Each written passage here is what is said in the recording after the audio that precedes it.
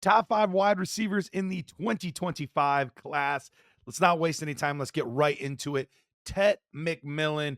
This one's pretty easy. He is the top guy at the position in the class. 6'5", over 210 pounds. He has got the freak size, but he's not stiff like you would expect a lot of other guys that size to be. He's a very fluid athlete, has very good hands, very good feet.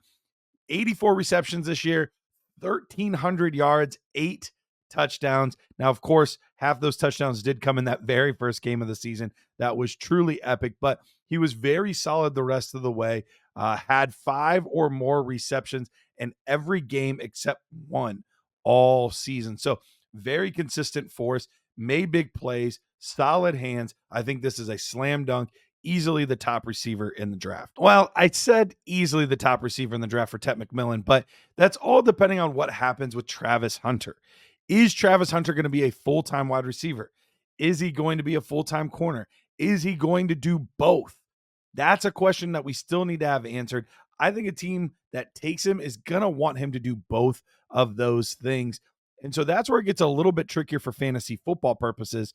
I am putting him at wide receiver too because the talent is just too good not to. 92 receptions, over 1,150 yards, and 14 touchdowns. Body control, berserk with this guy. Very good hands. Yeah, he's got some things to clean up. He's not the most nuanced player, but as far as raw athleticism and ability, Travis Hunter has it. 6'1", 185. He's got the size. He's got the speed. He's got all of the things that you look for. If he can clean up his game and he's going to be a full-time wide receiver, the sky is truly the limit for Travis Hunter. Right now in third, I have Luther Burden.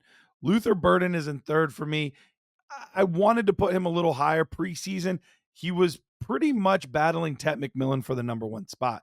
A guy that's going to be more of your running back that plays wide receiver. A lot of stuff after the catch, but it was a down season. Only 61 receptions for 676 yards, 6 touchdowns.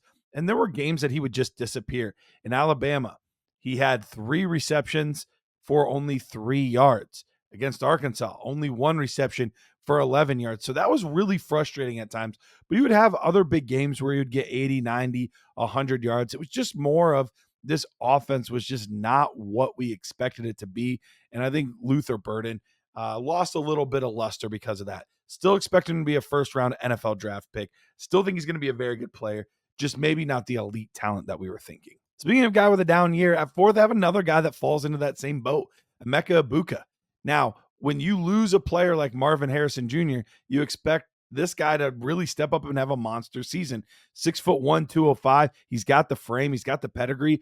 Former number 1 overall wide receiver recruit in his class. So everything seemed to line up. But there was one thing that changed it. Jeremiah Smith, the true freshman, had an unreal season, became the team's de facto wide receiver 1. But Emeka Egbuka still put up 60 receptions, 743 yards, and 9 touchdowns. And all of these stats are before the bowl games. But he did a lot of the dirty work all season. He is a good blocker downfield, which teams are going to love. Very solid hands, smart player, does a lot of the little things right. So he's going to be right on the border of a first or second round pick in the NFL draft. But I think he would be an amazing big slot for a team. This guy, Tre Harris, put up numbers. Now, when you say you're like, well, he only barely eclipsed 1,000 yards, that's not crazy. 60 receptions, 7 touchdowns.